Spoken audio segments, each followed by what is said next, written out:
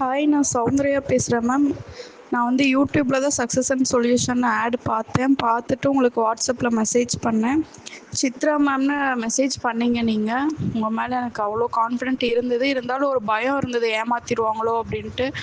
நீங்கள் ஆனால் ஒவ்வொரு இதுக்கும் கரெக்டாக ரெஸ்பான்ஸ் பண்ணிகிட்டே இருந்தீங்க. அதிலே கொஞ்சம் எனக்கு நம்பிக்கை வந்தது. சரி, ஓகே, ட்ரை பண்ணி பார்க்கலாம் அப்படின்ட்டு தான் நான் அமௌண்ட் பே பண்ணேன். இன்வெஸ்ட்மெண்ட் பண்ணுறதுனாலே கொஞ்சம் ஏமாத்துறது அந்த மாதிரி தான் இருக்கும்னு நினச்சிட்டு இருந்தேன். பட் நீங்கள் வந்து ரொம்ப இதாக பேசுனீங்க, எனக்கு கான்ஃபிடென்ட்டாக இருந்தது. சரி, ஓகே, ட்ரை பண்ணலான்னு நான் பண்ணேன். அதே மாதிரி அமௌண்ட்டும் வந்தது. பேப்பர் கரெக்ஷனுமே ரொம்ப நல்லா பண்ணியிருக்கீங்க மேம். நான் எதிர்பார்த்த மாதிரியே நீங்களும் பண்ணியிருக்கீங்க. நான் கூட ஏமாற்றிடுவாங்களோ, நம்ம எக்ஸ்ட்ரா வந்து பேப்பரில் தப்பு பண்ணி இவங்க இது பண்ணிடுவாங்களோன்னு நினச்சி பயந்துட்டு இருந்தேன். கரெக்டாக நான் நினச்ச மாதிரியே வந்து அதே மாதிரியே நீங்கள் என்னென்ன ஒரு நார்மலாக எப்படி பேப்பர் கரெக்ஷன் பண்ணுவாங்களோ அதே மாதிரியே பண்ணியிருந்தீங்க.